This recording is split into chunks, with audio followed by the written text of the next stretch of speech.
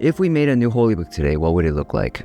And do we even need one? But if a sacred guidebook for life could help someone or anyone, could it not also be a book for all of us? How could that even be possible when no one can agree on anything these days? But I think there is a way to connect everyone together, and it might be hiding right underneath our noses. This holy book would have to work beyond religion, which wouldn't be so hard if we realize that we in our culture today have actually taken on a more polyphonic worldview, as in many-voiced, because the idea of one voice or one truth is really just a remnant of monotheism, which dominated most of the world for almost 1600 years, more or less, after Rome declared Christianity as the official religion of the empire, and thus Western culture dominated the world. But 1600 years is really only a blip of time in the history of human civilization. For most of our time here and all throughout the world, people believed in many, many gods. The Greeks, the Romans, the Yoruba, East Asians, and Hindus.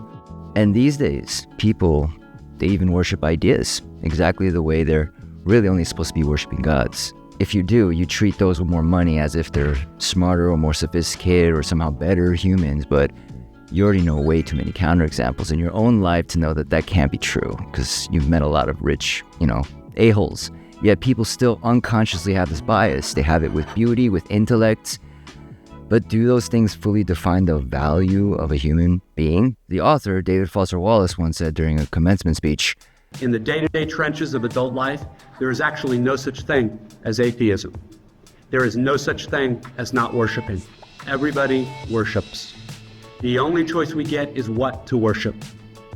And a compelling reason for maybe choosing some sort of God or spiritual type thing to worship, be it JC or Allah, be it Yahweh or the Wiccan mother goddess or the Four Noble Truths or some inviolable set of ethical principles, is that pretty much anything else you worship will eat you alive. If they are where you tap real meaning in life, then you will never have enough.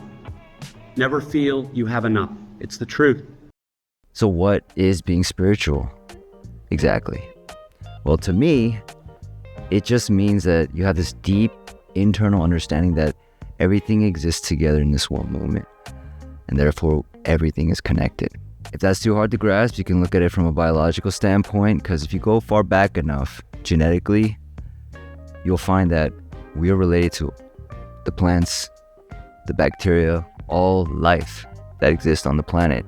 We all have a common ancestor, and therefore we're somewhat all part of the family, and technically plants and animals are also your cousins, so you are one family, right? If you agree on that sort of definition of spirituality, then if you're an atheist and you believe in democracy, the equal right for all of us to vote, to have an equal say, that's not something that's actually rational or logical. Because technically, according to evolutionary biology, the strongest survive, right? But atheists will live and die for the belief that we all have equal rights. Or if you're a Mets fan, right, and you have like season tickets, and this person next to you has season tickets, and you can't believe you guys are about to win the World Series, you're freaking out, right?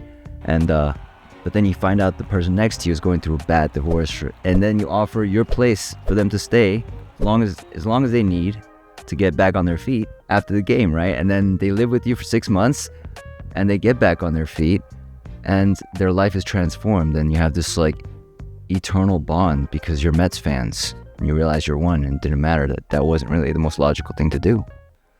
Maybe we write a new holy book for today that could be a lot like the Tao Te Ching, with the teachings of the Tao taught by Lao Tzu in poetry, or the Dhammapada with the teachings of the Buddha spoken orally for thousands of years. So why don't we make like a book of Drake featuring that Drake meme in ways that tell you philosophical truths, like new IG feature where you can see who's stalking you. And then, it was all a dream. We used to read Word Up magazine. And it sounds real simple, but it can be interpreted in many various ways. Or maybe we can do better than that, right? Instead of a meme, because, it is the internet age after all, we can create a new digital holy book. And we can call it the Book of Polytheism. And everyone can add a book. And when you add a book, you write, Book of Rob, #atheism. Book of Dank, #Buddhism, where you have the first book. And what you write in your book is how you know your belief system is true, or how in your life it has helped you and made you who you are. Up to the point where you read a book from the Book of Polytheism and you finish it. Then you attach the book to the digital project. And eventually, as everyone attaches books into this digital project, it will grow like a tree online, and we'll see it grow and branch out. So you'll have like, the LGBT branch, or the Christianity branch, the evangelical branch, there'll be the Catholic branch, Buddhism branch, QAnon branch, all kinds of branches. But the real point is realizing that all of our ideas are true and not true at the same time, because we're all still connected on this branched out tree. And then you kind of realize that we're the ones giving power to all the gods. And they're sort of tools that we can utilize to inform us, but they don't have to rule us. So what kind of ideas are you going to idolize? And if you're looking to tap into ideas and the possibilities of infinite creativity, but you're having trouble believing that's possible, maybe check out this video where I explain how, in fact, it's extremely possible.